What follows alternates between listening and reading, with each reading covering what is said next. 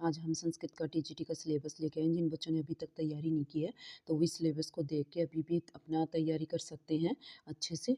तो देखो यहाँ पे टीजीटी संस्कृत का सिलेबस में हमारे कौन से पार्ट आएंगे। तो इसमें 4 पार्ट हैं, टोटल 4 पार्ट दिए गए हैं। इसमें हर पार्ट 15-15 नंबर का है। तो देखो फर्स्ट जो पार्ट है उसमें क्या आएगा बहुविकल्पीय प्रश्न आएंगे। किसमें? जो हमारी जो पाठ्य पुस्तक है रुचिरा, जो क्लास 6 एनसीईआरटी की जो पाठ्य पुस्तक लगी हुई है, रुचिरा भाग 1, रुचिरा भाग 2, रुचिरा भाग 3।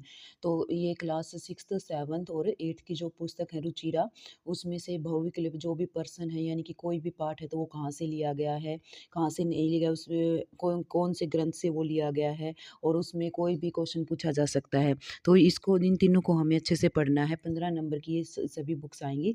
दूसरा है सेम उसी प्रथम भाग, सेम उसी द्वितीय भाग, यानी कि 9th और 10th क्लास में जो हमारी सेम उसी की लगती है। और सेम उसी ऐसे भी पूछा जा सकता है, कई बार ऐसे भी पूछा जा चुका है कि सेम उसी का मतलब क्या है। तो सेम उसी का मतलब होता है बुद्धि। क्या होता है? बुद्धि। तो इसमें सेम उसी का जो प्रथम भाग है और सेम उसी का द्वितीय भाग है, ये है हमारा पहला जो हम यहाँ पे पार्ट है हमारा उसमें। तो ये इसमें ये हमारी 1, 2, 3 और 4 ये चारों पुस्तकें इसमें आएंगी। तो इनको आप अच्छे से कर सकते हो। नेक्स्ट है हमारा संज्ञा प्रकरण। तो संज्ञा प्रकरण के हमें ये सूत्र दिए गए हैं कि कौन से सूत्र आएंगे इसमें।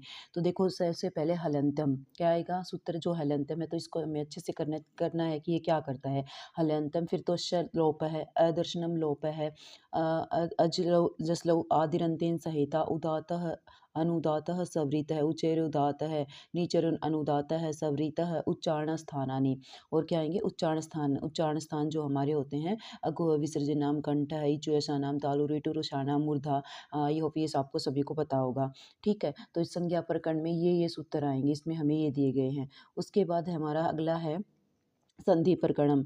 तो जो संधि प्रकरण है उसमें क्या आएगा? तीनों संधियों के सामान्य प्रश्न पूछे जाएंगे। संधि हैं उनमें से सामान्य प्रश्न आएंगे तीनों संधियों के। फिर है समासानाम सामान्य परिचय, समासों का सामान्य परिचय आएगा। प्रत्यय सामान्य परिचय, जो प्रत्यय हैं उनका सामान्य परिचय आएगा। कौन से प्रत्यय हैं यहाँ पे? कत्वतु स्त्री सानच तव्यत, तव्यत है ये, तव्यत तव्य अनियर ल्यप क्यप यत अण्यत त्रिच णुंगुल तुमुन टाप चाप डाप गीप गीस गीन और उंग, ये सभी प्रत्यय आएंगे। ठीक है, इन प्रत्ययों को हमें अच्छे से करना है। उसके बाद तीसरे भाग में हमारा क्या आएगा? तीसरे भाग में देखो अव्यय क्या आएंगे?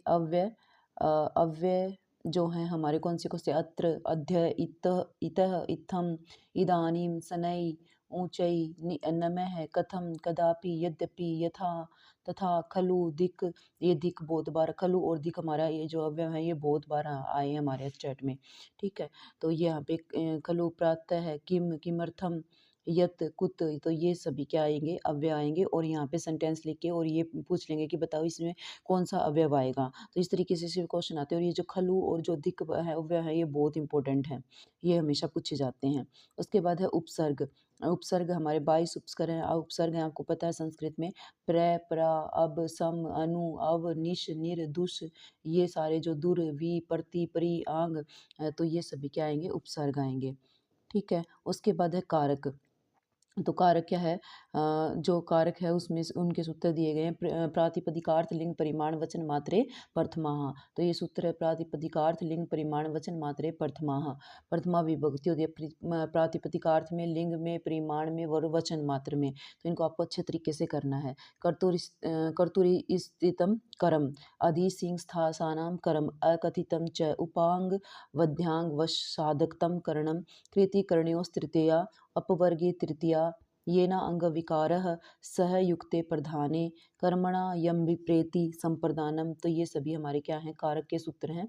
रुच्यर्थानाम प्रियमाणः क्रुद्ध, ये आता है ध्रुम उपादानाम वित्रार्थानाम भय हेतु जनिकर्तु आधारो अधिकरण है। ये बहुत बार सूत्र आता है। आधारो अधिकरणम, आधार की अधिकरण संज्ञा होती है। यतश्च निधारणम, जो निर्धारित है, यतश्च निधारणम, उसमें षष्ठी विभक्ति, तो ये यतश्च निधारणम। यशच भावेन भाव लक्षणम, तो ये बहुत इंपॉर्टेंट सूत्र है, ये बहुत बार पूछे जाते हैं स्टेट में। ठीक है, नेक्स्ट है हमारा चतुर्थ भाग क्या है? इसमें छंद है। तो जो छंद हैं उनको हमें अच्छे से करना है। छंद अनुष्टुप, इंद्र वज्रा, वंशथम, द्रुत विलिम्बम, वंशतिलका, सादुर्लिवि क्रीडितम, सीखरिणी, मालिनी और मंदाक्रांता, ये सभी क्या है, छंद हैं। तो इनको हमें अच्छे से करना है इसमें। आगे है अलंकार, अनुप्रास, श्लेष, यमक, उपमा, रूपक, उत्प्रेक्षा, दृष्टांत, अर्थानंत, तन्यास, संदेह, भ्रांतिमान और निर्देशना, ये सभी अलंकार पूछे जाते हैं। जिस बच्चे ने कुछ भी नहीं किया तो इसमें मेन टॉपिक कर सकते हैं जहाँ से चांस ज़्यादा होते हैं क्वेश्चन आने के लिए। एक है ये कवि नाम परिचय, ये कवियों का जो परिचय है ये इंपॉर्टेंट है। तो महाकाव्य जो कालिदास इसमें दे रखे हैं ये तो इन्हीं का हमें करना है बस सिर्फ। कालिदास का वहाँ परिचय सभी को पता होगा, वाल्मीकि, वेदव्यास, भारवी, श्री माघ, ठीक है। तो ये हमारे क्या है, कवियों के परिचय हैं, इनको आपको अच्छे तरीके से करना है। नेक्स्ट है हमारा गद्य काव्य। जो गद्य काव्य है तो जो गद्य काव्य है हमारे कौन है, दंडी है। तो दंडी ने कौन सी रचना लिखी है, और सुबंधु ने कौन सी लिखी है, बाणभट्ट और अंबिकादत्त व्यास।